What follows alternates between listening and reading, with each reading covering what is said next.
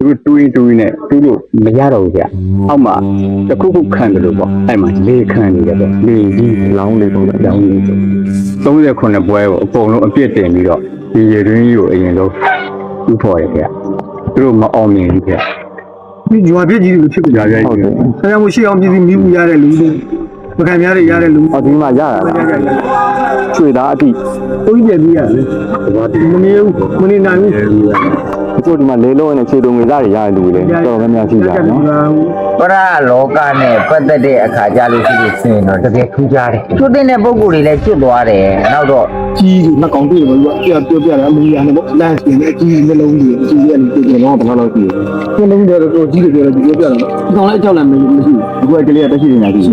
ဟောတိုင်နှဲရှင်တွေဒီမှာတန်းစီရမျိုးတွေတချင်းဆိုတာတို့ဒီလိုရောက်ကစားတော့မှဒီနေ့ညနေ9:00နာရီခွဲ6:00နာရီလဲတခါကျရင်ရှေ့ဟောင်းတချင်းကြီးဆိုနေတဲ့အတိုင်းဟုတ်ပြီကိုလည်းကိုပြခိုးတဲ့လူလားပါလားပေါ့ချောင်း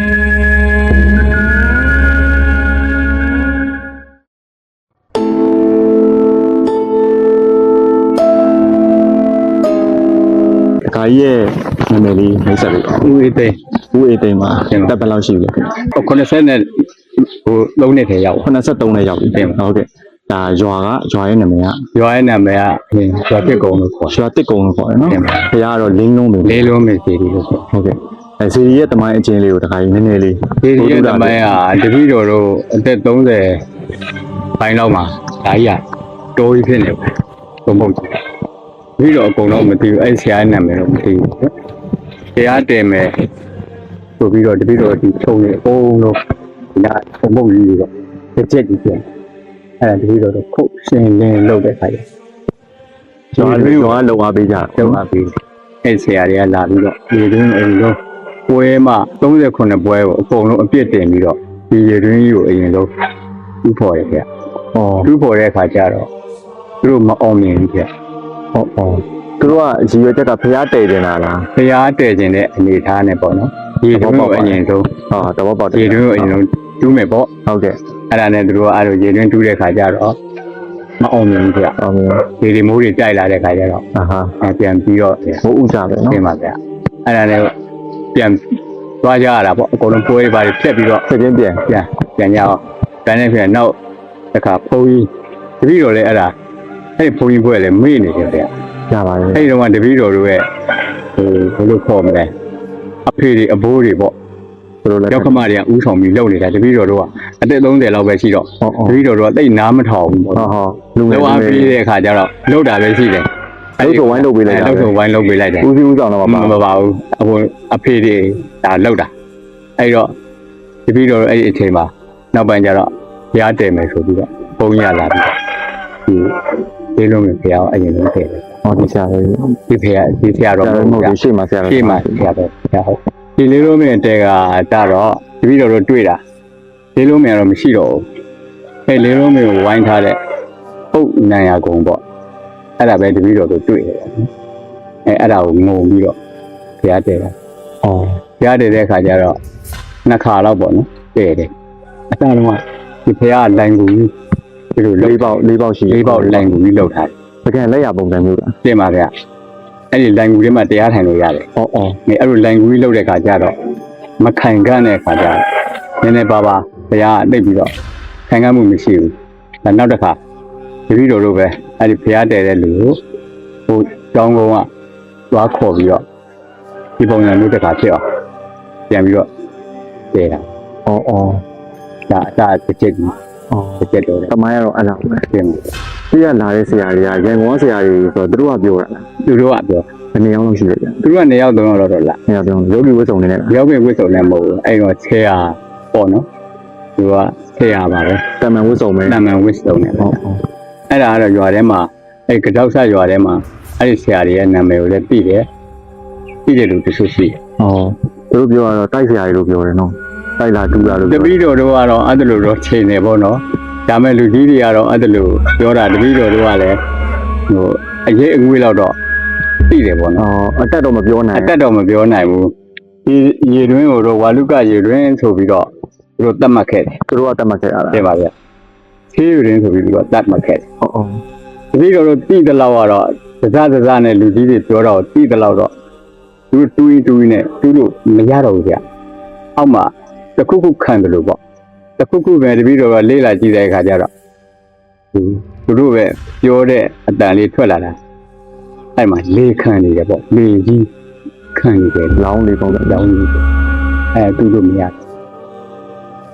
အဲ့ဒါနဲ့ပြေးရင်းဆိုပြီးတော့အဲ့လိုတပည့်တော်တို့အစတုန်းကတော့တကယ်လဲအဲ့ဒီကြီးကထက်မြက်ပါတယ်ဘုံလုံးခုနှစ်သားသမီးကြီးယောဂရတာရန်တာဝေဒနာရှိရင်အဲ့ဒီကြီးနဲ့လူလိုက်ဖြတ်ချင်းတိတာတာကိုပြောက်တယ်အခုဒီဖရားကိုတပည့်တော်ဒီနှစ်မှအပ်ပြီးတော့ပြန်ပြီးတော့ဒီဖရားရဲ့အောက်နာဒီဇောင်းနေရဆိုလို့ရှိရင်အကုန်လုံးအုပ်တွေကဆွေးတယ်ဖရားဆွေးနေတဲ့အခါကျတော့အခု ပြိုလို့ဖြစ်နေ ပြိုလို့ဖြစ်နေတယ်မခိုင်ကန့်ဘူးအခုလိုသေးတုပ်လို့လည်းမရဘူးရင်ကြီးတွေကြီးအောက်ဒီဘိုင်းလောက်ကအဲ့ဒါဖုံးနဲ့ပဲတုတ်ထားတဲ့အခါကျတော့မိုးရွာလို့ချင်းရင်ကြီးတွေတက်ပြီးတော့မဲနေတာမဲနေတော့ဒီနေ့မှပဲတပည့်တော်တို့ပြုပြင်လိုက်တာခုနကမှဆိုလို့ချင်းတိမ်တိုင်းကြီးရှိ ။အော်တိမ်သမုတ်ခဲ့တဲ့တိမ်နာကြီးတွေရှိတယ်လေ တိမ်မှာဆောက်ထားတာ ။အော် သမုတ်တာမဟုတ်ဘူးတိမ်ကြီးကတောက် ကြံတာပေါ့နော် ကြံပြီးတော့မီးလောင်ပြီးတော့ကျွန်းဟိုနေပြင်းကတို့တိုင်းကြီးအဲ့တိုင်းရှိတယ်ဟိုနာအနှိမ့်မှာ ဟုတ်ကြီးပြီ ဒီလိုလုပ်တယ် ကျော် ဒါကြောင့်တိမ်အိမ်လို့ခေါ်တယ် ဩတင်ရရိုးဆိုတာ အဲ့ဒီရိုးခေါ်တယ် ။အဲ့ဒါလေးပြီးနေတော့ရိုက်လို့ရမှာ ဘယ်နာမှာအငုတ်ရှိမှမမေး အခုကတော့မသိတော့ဘူးညာ ။မဟုတ်လေအေရီယာလေးလက်ညှိုးလေးနဲ့ထည့်ရလို့ရမှာ ခုနကဆောက်မကြုံလေးဖုန်းလေးတို့တက်လာတဲ့အ နှိမ့်ရ တက်လာတဲ့ဟိုကြောက် ကြောက် ။အော်အဲ့နေရ။ တင်ပါ ဒီနေ့ခုနေ့ကဘယ်သူလေးစောက်ခဲ့မှန်းမသိဘူး အဲ့ဒါတပည့်တော်တို့လည်း က ။အဲ့တော့တစ်ချိန်တော့ဒီနေရာတေးစကြောသာသနာထွန်းကားခဲ့တဲ့နေရာကြီးတစ်ခု တင်ပါ ပေါ့ ဗျာ နော် တိတ်ကြီးတယ်နောက်တော့ကြောင်းရှိလို့ ။သိကြတာပေါ့။ဖရားလည်းရှိတယ်တိမ်လည်းရှိတယ်ကြောင်းလည်းရှိတယ်ပေါ့နော်။ဒီနောက်တော့ ဒီကကြာမြင့်သွားတဲ့ခါကျတော့လေ ပျက်စီးပြောက်ပြက်ကုန်တယ်နော် ဒီဂျွာပြည့်ကြီးတွေဖြစ်ကုန် ကြာကြာ ။ဟုတ်တယ် ဒါကြောင့်မို့ရှိအောင်ပြည်စီမိမှုရတဲ့လူတွေမခံများရတဲ့လူ ။အော်ဒီမှာရတာ ရ ရွှေသားအတိ ချွေသားလေးရတယ်တချို့လည်းယူယူ တချို့လည်းလိုမထိုက်တန်တာတွေလည်းပါတယ်ပေါ့နော် ဟော တချို့ကချွေလိုပဲဒီမှာဆွဲကြိုးကြီးတစ်ပုံရတာလေဟိုလိုက်ပြီးတော့ဟိုနေတဲ့အခါကျတော့ဟိုမစစ်ဘူးပေါ့ လိန်ခံလိုက်ရ လိ တာ န်ခံလဲရတာပေါ့ ဘယ်လိုလို့မစစ်ရအကြောင်းရှိ သူ လဲ ကလူကြီးနဲ့စိတ်ဒီမှာမရှိတဲ့အခါ ကြီးလို့ရတယ် အဲ့လိုတွေ ဒါတယောက်မှကြီးဖြစ်သွားတယ် အဲ့လိုတွေဒီဥစ္စာဒီဘုရားရဲ့ခြေတော်ရင်းကိုဝိုင်းထားတဲ့အုပ်ပြားကြီးတွေကအခုအဲ့ဒီအုပ်ပြားမျိုးမရှိဘူး ဒကာကြီးဟွာလေဒီဖျားကြီးနဲ့ပတ်သက်ပြီးတော့အဲ့လိုနန်လောကနဲ့ပတ်သက်တဲ့ထူးခြားချက်တွေကြားရတယ်ပေါ့နော် ဒီရောက်ပါသားဒီရောက်တာဒီ2000စနေ6လပိုင်း6ရက်နေ့အိမ်ကြတယ်နောက်စနေ6လပိုင်း6ရက်နေ့အိမ်ကြတယ်ဒီကကိုကကျောင်းဆရာပြီးတော့ရောက်ခမလေးဝိုင်းလို့ဒီကမှလာပြီးတော့ကိုညနေဒီနာတောင်းကြောဒီ ကိုညနေပဲ ကိုကနားမှာလည်းဒီဆိုင်ဟိုကိုကဒီလိုချိုးလည်းကိုညဆိုင်ကြတဲ့ရလုံးတော့ဒီနားမှာစားအဲ့တော့ဒီနေကြီးကိုဝယ်တော့ဗာပြောလို့လင်းလုံးမြေဖက်နေပြည်တယ်ပြောကြတယ် ကြီးမှာလား အဲ့နာနေဝယ်လို့ဒီ အော်ဒီပေါ်မှာအိမ်ဆောက်ပြီးတော့လင်းစုံမြေပဲနေ နေ သိ နေ တယ် နေလေးတရားမှုတရားတိတ်မာတယ်ပြန်။အော်။အဲ့ဒါတော့နောက်ကြတာဝယ်ပြီးတော့မှပြောတာပါ။ သာသနာမြေပုံစံမျိုးဖြစ်နေတာ အား ပေါ့ လုံး နော် ကိုယ်နောက်ခုနဒီဒီတဖမ်းမျိုးတိုင်းချိုးတာတော့ပါလို့ဆိုရင်ဒီတဲ့တယ်ဒီ ဒီတစ်ဖက်မြင်ရှိသေးတာပြန်ကြမှာနည်းနည်းလေး အဲ့ပြင်အောင်မှာဟိုဘယ်လဲအဲ့မှာအဲ့ကောင်ပေါ့သွားသေးတာကျွန်တော်ကိုညက်လုံးအဲ့မှာကြောင်တော့ပါအဲ့ မျိုးသားအိမ်က အဲ့ကြောင်ပိုင်းတော့နာတောင်းမှန် အော်ဒီလင်းလုံးနေမှာလား တင်ပါ ဒီမှာလာတောင်းမှန် ဒီဖျားမှာလားတောင်း ။တရားမအဲ့ပြင်တော့တောင်း ခဏအပင် အဲ့တော့ကိုယ်ပြောင်းလာမယ်တော့တောင်းဘူးခိုင်းမရှိဘူး ခြေမကြီးလို့ ။ဒီ ပေါ့ စီတဖမ်း အရေးတစ်ဖက် ဘယ်လိုတဖ အေးရောရေတ မ်းဒီတဖမ်းကိုစားလို့ရတယ် ဟောအပင်လက်ကြီးရပေါ့နော်ပြောချင်တာ ။အဲ့ဒီနေရာကချစ်လူကြီးဒီလိုရောက်ခမပြောတာတော့ခိတ်ဝါလို့ပြော ဒီဝါဆိုတာမျိုးရိုးဝါလို့ပြော ။ တာ ခိတ်ဝါဆိုသူတို့ရဲ့ အော်တိုင်နန်းနေရအဝင်ထွက်လုပ်တဲ့နေရာ ခိတ်ဝါဆိုတော့ဒီနေရာမှာဒီလည်းပေါ့ပါပြောတာဒီခုနကအဲ့နာကမြို့တို့ဒီချံဝယ်တာ15နှစ်16လောက်ဆိုရင်တခါခိုင်းကြည့် ဟိုခရီးပဲလူခင်းတာ ဟိုဟာနိုင်ထောင်ထားတဲ့နေရာ ဟင်းအဲ အဲ့ဒါအဲ့ဒီအပင်ကဒါတပည့်တော်တို့ဟိုဒီဖရားကိုပြုပြင်မှာအဲ့ဒီ gain ကိုတောင်းပန်ပြီးတော့ ခုတ်လိုက် ချက်လိုက်အဲ့ဒီ gain ကိုတော့မှအထိမခံဘူး အော် ဘုံဒီတုံးနိုင်ကိုကလည်းအထိမခံဘူးမလုပ်စေချင်ဘူးဒါပေမဲ့ဖရားပြုပြင်တာဖြစ်နေသည့်အတွက်မလို့သူတို့တောင်းပန်ပြီးတော့ဖယ်ရှားခိုင်းမယ်ဒီဟင်းတာကြီးနည်းနည်းပေါ်သွားအတဟင်းတာ gain ကြီးအုပ်ထားဟင်းတာပြောက်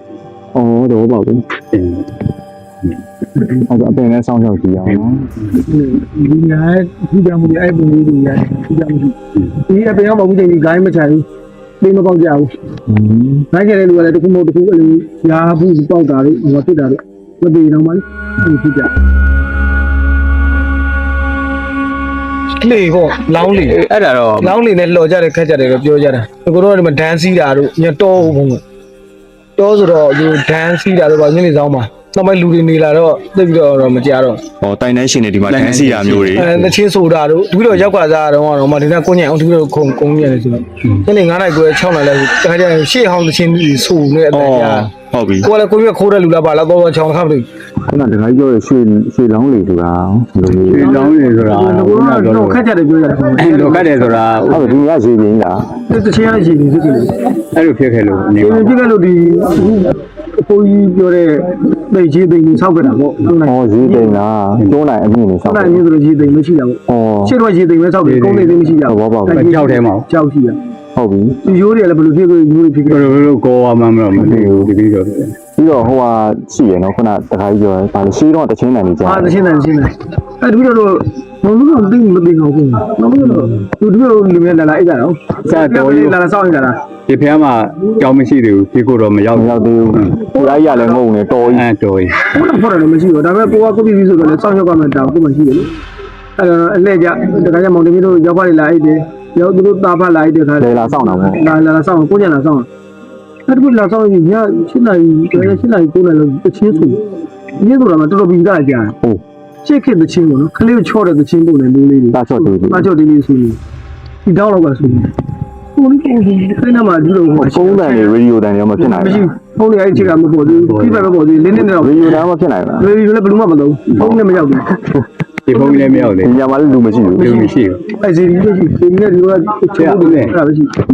တယ်ကျန် တာ တာ ချော့တေးတွေတော့ကြားတယ် ကျန်တာဘာမှဟိုပြုလုပ်တာမရှိကြဘူး အချို့ဒီမှာလေလုံးနဲ့ခြေတုံငွေသားတွေရတဲ့လူတွေလည်းတော်တော်များများရှိကြတယ်နော် ဟိုဟောင်းဖြစ်ခဲ့မှာဘူး ဒီဟာ ဖြစ်ခဲ့တာလည်းဖြစ်ခဲ့မှာနောက်ဒီမှာထိုက်တယ်လို့ရတဲ့ဟာလည်း တက်တက်ပေးတာလည်းဖြစ်နေ ပြေးလည်းပြေးကြအောင်ဖုန်းတော်မှရတယ်တပိတ်တာနဲ့တော့ ဟာကျင်းရတဲ့ညတိုင်းနေဟောကလာမကောင်း ဟုတ်ကဲ့ အဲ့တော့သွားနေတာမှစိတ်များပြီးတော့ ပဲလာပြီးတော့ဒီမှာတွင်းစီစီနဲ့ တရားတော် မခံဘူး ထိုင် သာသူ ဟိုကကိုကြီးဒီမှာတစ်ခါလာထိုင်နေတယ်ကိုကြီးပြန်ပြီးရတယ် ဘာဒီ မနေဘူးမနေနိုင်ဘူးလူရင်းကျင်တာမနိုင်တော့တာ ခမောင်တောက်လိုက်တော့ဘုန်းကြီးပြီးတော့မတိလို့ဒီတော့လည်းဒီကလည်းတရားစွာထိုင်တာဟုတ်ကဲ့မှာ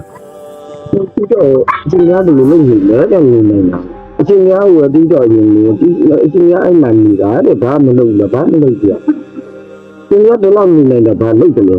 ဒီတော့ဘယ်ရွတယ်လို့ပြောဘယ်လိုခံယူတယ်လို့ဘယ်လားဘုံတော်ဒီတော့ယူတယ်လို့ဒီတော့လည်းယူတာပဲဘယ်လိုဖြစ်လို့နေလို့မရလဲဒီတော့အရှင်များနေလို့မရပြောစားနေတော့ ဟို6လနေတယ်။ဒါကြောင့်ကလိထိုးဒီကလိထိုးတယ်လို့ဆိုဒီလိုကအဲ့လိုဖြစ်နေတယ်။ဒါကြောင့်ထိုင်လို့လည်းမရဘူးဖြင်ရဘူးလို့ခေါင်းရတယ်လို့အဲ့လိုလိုက်တော့နေတာပေါ့။ဒီစိတ်ကြိုက်မှမသိခါတော့ဆက်လာတယ်။ဒီကြိုက်မှမသိအဲ့လိုဖြစ်နေတယ်တဲ့အချိန်ကအဲ့လိုဖြစ်လာပြီးပါဘူးဒီကဘာမှမဖြစ်ဘူးဒီချိန်နဲ့ဒီဘာမှမဖြစ်အဲ့နဲ့ဒီတော့ဒီမှာကြောင်းပြီးပြီးဒါကြောင်းပြီးပါ အားလုံးလည်းဒီကတပိုင်တရားခိုင်းတော့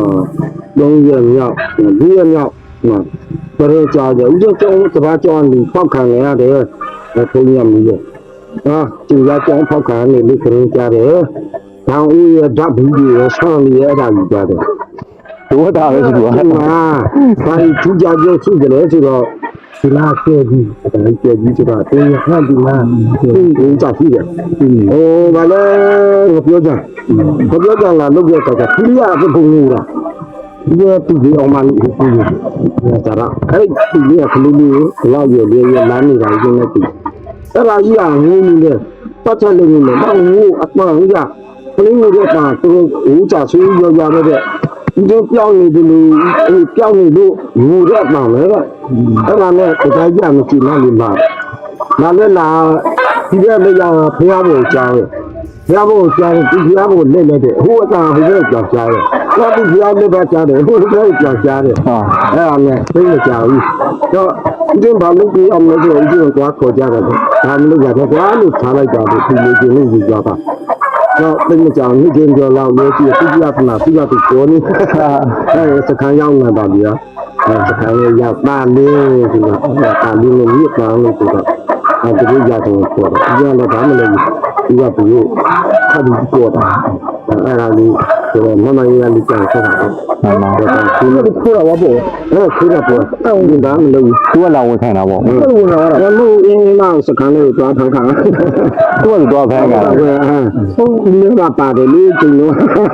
ဒီလိုသွားပေါင်လာ ပြီးတော့အပေါင်ခံတဲ့လူရောခိုးတဲ့လူရောသူကသူသွားပြီးတော့ဝင်ခံလိုက်တယ်စကမ်းမှာသူတို့ဘလို့တွေဒုက္ခတွေရောက်နေတယ်မသိဘူး အဲ့လိုမမရရှိတယ် မှန်ပါအခုကတော့ပတ်စံတော့မခိုးဝိထုတော့မခိုး တော့မကူတောင်းဦးရဲ့စလုံးမတွေ့လို့ငါဘူးရဲ့တွေ့လည်းကြည့်မအဲ့တွေ့လည်းမတိတာဟုတ်ကြရအောင်ပါဘူး ဒီမှာမင်းဒီဂျိုင်းကိုလည်းကြားမှာဆိုလို့နေမှာ အဲ့လိုပါ ဖတ်ထားပေးတာလည်းတွေ့မှာဖတ်ထားပေးတာအဲ့ဒီတော့ထူးခြားချက်လေးပေါ့နော် အဲ့ဒါပဲရှိတယ်ဘုံလို့ပြီးတော့ဒါမှ6လုံးဒီဘာမှရှိအဲ့ကျွန်တော်အိန္ဒိယဘယ်နှပါလာတကားလေးလာနေတာဘောအဲ့တောင်ဘူးကတော့ရှိတော့တောင်ဘူးလားဒီပြောတဲ့တောင်ဘူးကဟိုနာတောင်ဘူးရှိတာလေကြည့်ကြည့်လေးဝါဝမကြီးဝါဘယ်နဲ့အရင်ရောအဲ့တောင် အခု ဘူး မရှိတော့ဘူးလား ဖြူရလည်းတော့ဖြူလည်းဖြူလို့လည်းအခုလုံးတောင်ဘူးကြီးရပြီးတော့ဘလို့တင်ရပြဖြူရတာအဲ့တောင်ဘူးကဆူဆူရရင်ပြီးတော့အဲ့တောင်ဘူးကလေးရထွက်လိုက်ရင်တော့ဒီအဲ့မှာပဲပြီးတော့ချနေတာနာမည်တိုင်းညာတာလည်း ဟောအကောင်အဲ့ထဲကနေဝင်လိုက်ထွက်လိုက်တော့ ပြီးတော့ဘုရားကနောက်ချက်ပြီး ဒါဒီခရားကိုဆက်လက်ပြုပြင်နေတယ်တခါကြီးတို့တခါကြီးတို့နော်ဟုတ်အဲ့တော့တခါကြီးတို့တခါမကြီးတို့ဇာတိကဘယ်ရလဲဒီကိုဘလို့လို့ရောက်လာကြတယ် ဇာတိရဆိုတော့ဒီတန်းတနော်အေးရွာပေါ့ အပတ်တော့အေးရွာအော်ဒီမှာဘလို့လို့လာလူဖြစ်သွားတယ် ဒါပြီးဆရာနဲ့ဆက်တယ် ဆရာနဲ့ဆက်တယ် ဆရာနဲ့ဆက်တယ်လုပ်ပြီးတော့ อ๋อဆရာကဘယ်လိုအကြောင်းကြားဖြစ်သွား တပည့်တော်ရဲ့အိမ်ကြီးကဖရာကြီးကိုဖြူကတ်တယ်ပြန်လဲပြုပြင် อ๋อ ပြန်လဲပြုပြင်တဲ့အခါကျတော့တငယ်ချင်းကနေပြီးတော့ဒီလင်းလုံးမဲဆိုတာလည်းမနစ်ကမှသိတယ်တပည့်တော်ငယ်ငယ်လေးရတယ်သိရွယ်ဒီခေကောင်လေးနဲ့အဲ့မှာဖရာတဆူကြည့်တယ်ကြည့်မဲ့လူလည်းနဲတယ်ကြည့်လဲတော်တော်မိန်နေပြီခေအောင်တောင်းတိုင်းဝင်စီဒီလို့ပြောတယ်ကဲအဲ့ဒါဆိုလို့ရှိရင်မထူးဘူးကိုကလည်းပြီးမအောင်ဗျပြီးပြီဆိုတော့အဲ့ဒါနဲ့တပည့်တော်တို့မနစ်ကတော့အဲ့ဒါပတ်စံလည်းပို့တော့30ကျော်လောက်ပို့တော့လူသားပြဲနောင်းနဲ့အဲ့ဒါရွှေလာကတ်ရွှေလာကတ်ပြောရတာပေါ့ကတ်ပြသွားတော့ဖရာကြီးကိုရွှေလာကတ်ကတယ်သိပြီးတော့စိတ်ပြပုံဝင်မကြ ရှင်းအောင်အုပ်တွေဖြစ်နေတယ်ပြက်စီးနေတာပေါ့နော် ပြက်လည်းပြက်စီးနေတာပေါ့ပြက်စီးရတာတပည့်တော်ပြန်ပြင်လိုက်တာအဲ့40ကျော်ကုန် ဟုတ် ကားပဲကားကြီးပဲ2စီး ဟုတ် ကြောက်က1စီးအဲ့ဒါတပည့်တော်ဘယ်လောက်ပြုပြင်ရလဲဆိုတော့ဒီဖျားမကြီးပဲ2လပိုင်းလောက်ကြာ ဩ ပြန်လည်းပြုပြင်လိုက်တယ်ဒါပြုပြင်တာမြန်လို့ကတော့မြင့်ဒီနေရင်နဲ့တော့ပါတာ ဒါပေါ့ပါတော့ အဲ့ဒါပြန်ပြုပြင်ပြီးတော့အဲ့ဒါတပည့်တော်ဘယ်လိုပြန်လုပ်လဲဆိုဟိုးကျမော့ကြလန်အထိပေါ့ခေါင်းလောင်းတို့ကြီးအထိကိုအဲ့ဒါအောက်ပိုင်းကိုအကုန်လုံးပြန်ကုန်တည့်တယ်လို့တပည့်တော်ပြန်ပြီးတော့ ဘူလာလက်ရလည်းမပြက်ငုံတယ်လိုက်တယ် မပြက်ပြန်လဲခိုင်ခန့်အောင်ကြောက်ပြန်လောင်းတယ်တန်လို့တန်ပြန်ထဲတယ် ဟင်း အဲ့လိုပေါ့ဒီကခိုင်နေအောင်သူတို့ရဲ့အလူရှင်နေဟိုလူတဲ့ဟာကိုနေရာစီအောင်တော့ပအောင်လဲဒါတတိတော့ပြန်ပြုပြင်တာပါ တာတူ ဒီလက်ရလည်းမပြအောင်နောက်ဟိုမူလိုက်ယူထဲကဝါလူကယူရင်းဒီခန်းချောင်းနေတယ်ပေါ့သူတို့ပြောတော့လဲတိုက်တမိုင်းတော့လိုက်ပြီးတော့လဲမိမဝင်လို့ မိမဝင်လို့ ဒီမှာဝင်လို့မရဘူး ပြည့်စည်မရဘူးပေါ့ ဩ အဲ့ဒါတကယ်ဒီမှာဆရာတော်ကြီးနဲ့လည်းတိုင်မယ်ဆရာကြီးနဲ့လည်းတိုင်ပြီးတော့အဲ့အလူရှင်မလေးသူ့သမီးခီတီဆိုင်နာမည်နဲ့ပွဲပြီးပြီးတော့အဲ့ဒါဒီစီးရပြတ်ထွက်အောင်လုပ်ထားတာ ဩ အခုတော့စီးရဘလူးတောက်တော့ပေါ့ ပြန်ထွက်လာတယ် အဲ့ပြန်ထွက်တာအဲ့ဒါ ဒါဆိုတမီးလေးကတကယ်တခါအစ်ဖြစ်နေတာပေါ့နော်ဒီမှာဩတာလူခေါ်ပါတယ်ဆက်ပြီးတော့လဲဒါဆရာတော်ကြီးနဲ့ဆက်ပြီးတော့အလူတန်းတွေလည်းဆက်လုံတယ်လို့ကြားရတယ်ပေါ့နော် ဟုတ်တယ်ဒီမှာလည်းတော်တော်တန်တန်လူပုဂ္ဂိုလ်တော်တာမတွေ့ဘူး မ လေ တွေ့ဘူးဟုတ်တယ်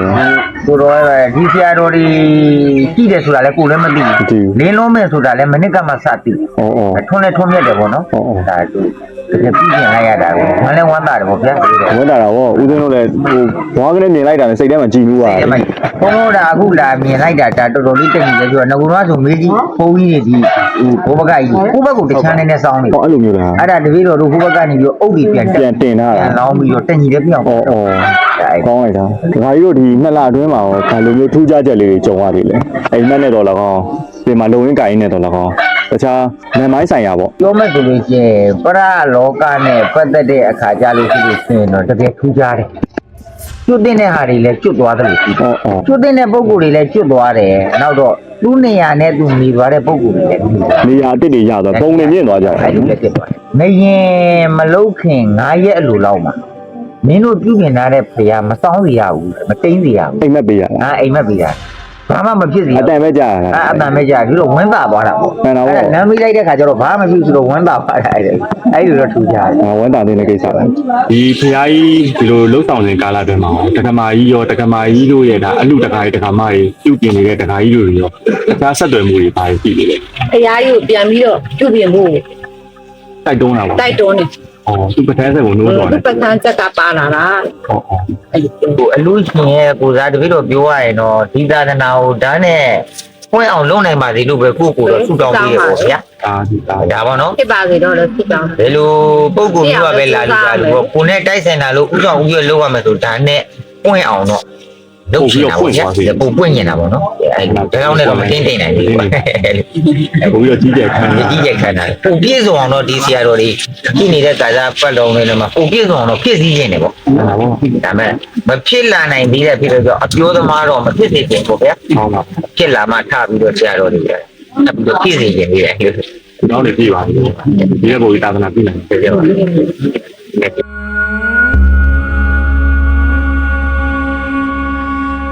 ခါမှမကြဘူးတဲ့ထူးဆန်းတဲ့အကြောင်းအရာတွေတပွေးတစ်ပိုက်ကြီးနဲ့ကျွန်တော်အဲ့ဒီဖျားလေးကနေလှည့်ပြန်လာခဲ့ပါတယ်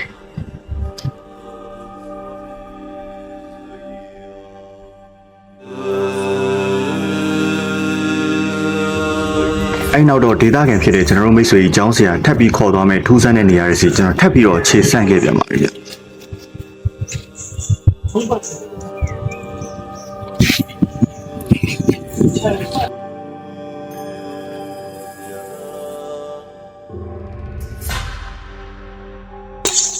ပြည့်ရတာကြောင်းလို့မရဘူးဆိုခြာကြီးပြောမှတာရင်းနဲ့ပြောပြမယ် ။နောက်လို့မရဘူးဆိုဒီဆရာစတည်ရဲ့အချိန်များဒီပေါ်ရတဲ့ရှိတယ်ဒီပြည့်ပင်တန်တည်းကျွန်တော် ပိုင်ချင်းအသက်80ကျော်ဒါဆိုရင်ဒီတရပင်ရှိနေခဲ့တာ လက်ထက်တည်းအဲဒီလိုရောင်းမချမယ်စိတ်ကူတော်လေးမကူရရ။ရောင်းမချမယ်ဝယ်တဲ့လူကဝယ်ရတယ်ပြည်သူအားလူကဒီလိုမျိုးတိမ်မဝါကြ။ ဟိုအက်ဆီဒန့်ဖြစ်တဲ့ပုံစံ အဲဒီလိုချောတာရေချောတာလို့ပါလို့ဖြစ်တယ် ကောင်းလန်ကောင်းနေအများလောက်ရှိတယ်အဲ့တော့ ။မဟုတ်ဘူးလို့မရှိဘူး။ သုံးလေးပဲ အဲ့ဒါဟိုနာခလေးတယောက်ကိုပြည့်တယ်တက်ကြည့်ကြဘူး။ဒီနောက်အဲ့ဒီနားမထောင်တက်ပြီးတော့ပြောတော့ဒီလိုချင်းချင်း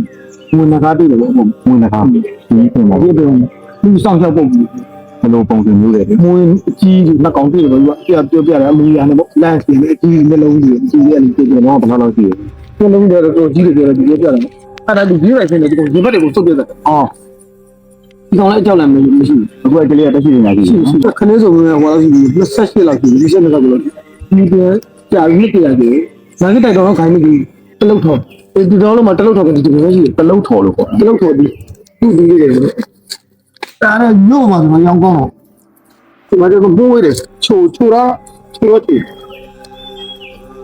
အစချိန်စိမ့်နိုင်လို့ချင်တာစုပ်တယ်ပဒလီပြုတ်လို့စိမ့်နိုင် တော်တော်မွေးတာမွေးတာမတော်တော်မွေး စားခြင်းလေနဲ့ ကိုလည်းမစားရဘူး စားရတယ်ကောက်စားကြရတယ်ပြစ်တော်မချရရပါဘူးဂိုင်းအဲ့ဒီမျိုးကြည့်ရတာလည်းဝယ်လာတာကောက်တယ်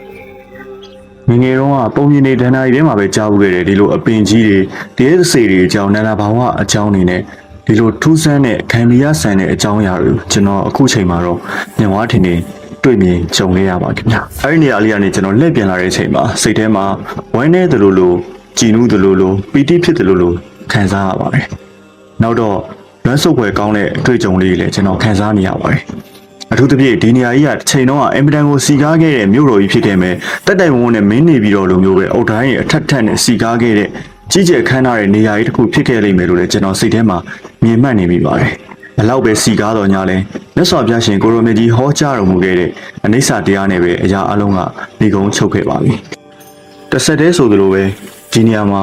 လက်ရှိအချိန်ထိဆွဲတွေနဲ့ကြံရင်းနေကြတဲ့တိုင်တန်းရှင်တွေတိုက်ဆောင်တွေမကျွတ်မလို့သေးတဲ့ပုံကိုယ်တွေအတွက်လည်းရှိစုပြီးတော့အမြကုသိုလ်တွေလည်းပေးဝေဖြစ်ခဲ့ပါတယ်။သူတို့တွေအတွက်လည်းရှင်ထဲမှာတကယ်ကို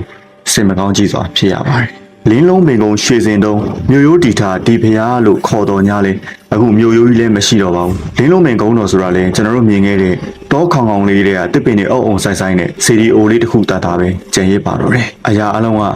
မမြင်ချင်းတရားနဲ့ပဲညီကုန်းချုပ်လျက်ရှိနေပါလားလို့ကျွန်တော်စိတ်ထဲမှာအောက်မေ့မိပါတယ်